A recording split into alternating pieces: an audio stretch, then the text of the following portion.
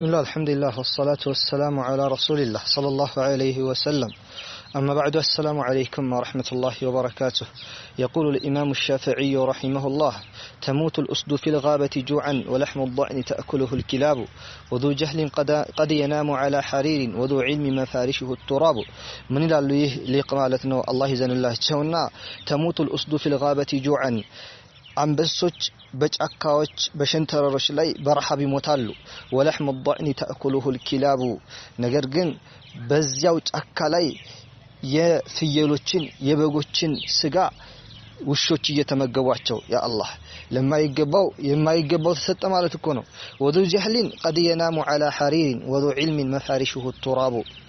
መሐይም የሆነ አካል ወዱ ጀህሊን قد ينام على حرير በሐር ተሽቆጠቆጠ የሆነ በሐር ያማረ የሆነ ደስ የሚል አልጋ ላይ ይተኛል። መሐይም ምንም የማያውቀው ሰው ወዱ علم مفارشه التراب።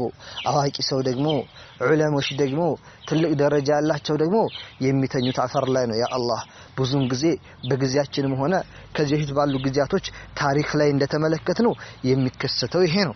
ብዙ ጊዜ መሐይማኖች አላዋቂዎች የሚተኙት የሚጓዙበት ደስ የሚል የሚመገቡት እጅጉ የሚያሳሳ ነገር ነው።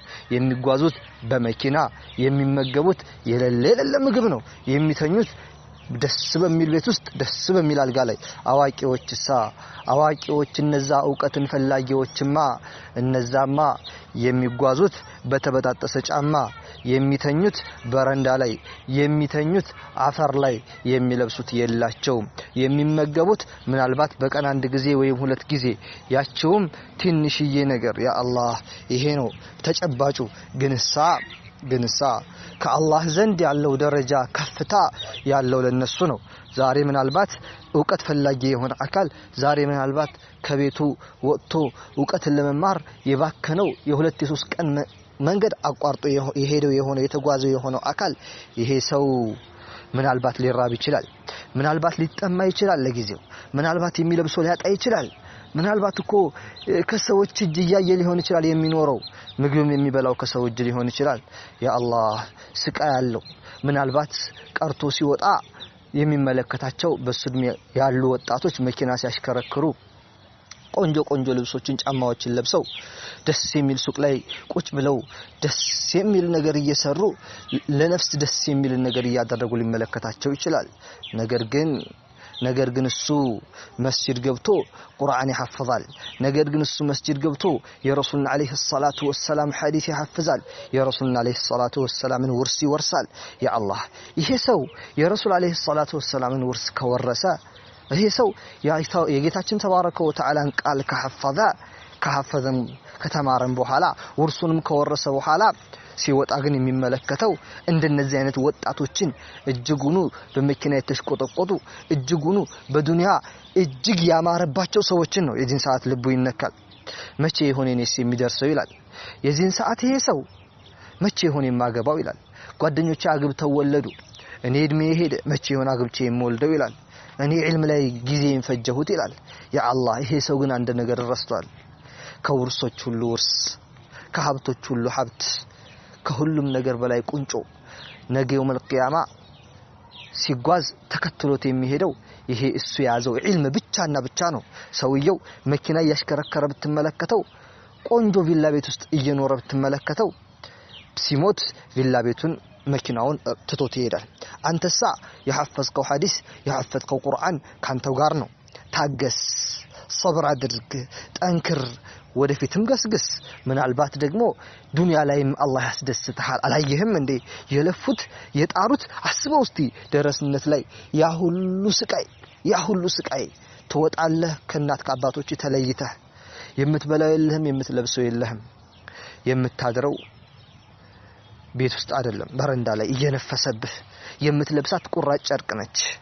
ጧት ደግሞ ተነስተህ ምግብ የት እንደምትበላ ስራ ቦታ የለህ፣ ቤተሰብ የለህ። እዛ ቦታ ላይ የት እንደምትበላ አታውቀውም። ምናልባት ከሰው ፊት ቁመህ ነው። ብዙ ስቃይ አለው። እንደገና ያም ሁሉ ሆኖ ደግሞ አብራችሁ የምታድራቸው ጓደኞች ብዙ ናቸው። ሰው ልጅ አብሮ በአንድ ቦታ ሲታመቅ ደግሞ በሽታ ሊኖር ይችላል። እከክ የሚባል በሽታ ሊከሰት ይችላል። ትታመማለህ፣ ትሰቃያለህ። ይሄ ሁሉ ስቃይ አለ። ግን ብዙ ዑለሞቻችን በዛሬ ጊዜ እንደምትመለከታቸው ቁጭ ብሎ የሚያስተምሩት ሰው ሁሉ ወደነሱ ለመማር የሚጎርፈው እነሱ አንተ የቀመስከውን ይሄን ሁሉ ስቃይ እንደውም ካንተ በላይ ብዙ ስቃይ ቀምሰው ነው ታገስ ሶብር ይኑር ካለበለዚያ ግን ሶብር አይኖረኝ ምን ያልፈልግም ብለህ ከወጣህ ምናልባት መኪና ሳስቶ ምናልባት ልጅ ወልዳለሁ ሚስት አገባለሁ ብለህ አስበህ ከወጣህ ይሄ ተጓስክበት የሆነው ዱንያ የፈለከው የሆነን መኪና ቤት ላታገኘው ትችላለህ ሚስትም ላታገባ ትችላለህ በቅርብ ላይ ይሳካልህ ይችላል ግን ዒልሙን ተተህዋል ነገር ግን ይሄ አንተ የፈለከው ዱንያ መኪና ቤት ሚስት ልጅ ዒልምን ብትማር ከዒልም በኋላ ምናልባት ሁሉንም የምታገኘው ነህ በፍጹም ታገኘዋለህ ምንም ጥርጥር የለውም ነገር ግን እውቀቱን ተተው ከሄድክ እውቀቱን ከመማር በስተጀርባህ አሽቀንጥረህ ተተው ከሄድክ እውቀትን ሂደህ ዱንያን ከፈለክስ ዱንያን ብታገኛትም እንኳን አላህ ቢሰጥህም እንኳን እውቀትህን ግን ወደ ኋላ ተመልሰህ ያን እድል ላታገኘው ትችላለህ ኢማም አሻፊዒ ምን ይላሉ ومن لم يذق مر التعلم ساعة تضرع ذل الجهل طول حياته ሰውየው ለትንሽ ሰዓት ለትንሽ ጊዜ ብሎ የመማርን ስቃይ አልቀምስም አረከበደኝ ብሎ የሚተው ከሆነ አሉ ይሄ ሰው ህይወቱን በሙሉ የመሐይምነትን ውርደት ሲጎነጭ ይኖራል አሉ የመሐይምነትን ውርደት ስትጎነጭ ትኖራለህ ዛሬ 1 አመት 2 አመት መታገስ አቅቶህ ومن فاته التعليم وقت شبابه فكبر عليه 4 لوفاته قال الامام الشافعي ሰውየው በወጣትነቱ መማርን ካልቻለ ዕውቀት ካመለጠው በሱ ላይ 4ን ከብርበት በርግጥ እሱ ሙቷል አሉ አዎ ወጣትነትህ ላይ ነው አንተ ልትበረታ የሚገባው ወጣትነትህ ላይ ካልተማርክ ምን ዋጋ አለው ነገ ከነገ ወደ አማራለሁ አሁን ዱንያ ይያዝ አትበል ተማር ውጣ ከቤትህ ተነጠል ከቤተሰቦች ራቅ ተማር በደንብ ከቤተሰብ ራቅ ብለህ የምትማረው ዕውቀትና ፈጽሞ ቤት ተቀምጠህ የምትማረው ዕውቀት አንድ አይደለም በረካውም አንድ አይደለም በፍጹም እንዴት አንድ ይሆናልስ አንተ ቤተሰቦችን የሚቀልባቸው ካለ ለእናት ለአባትህ አንተ ይሄን ያክል አንገብጋቢ አስፈላጊ ካልሆንክ ውጣና ተማር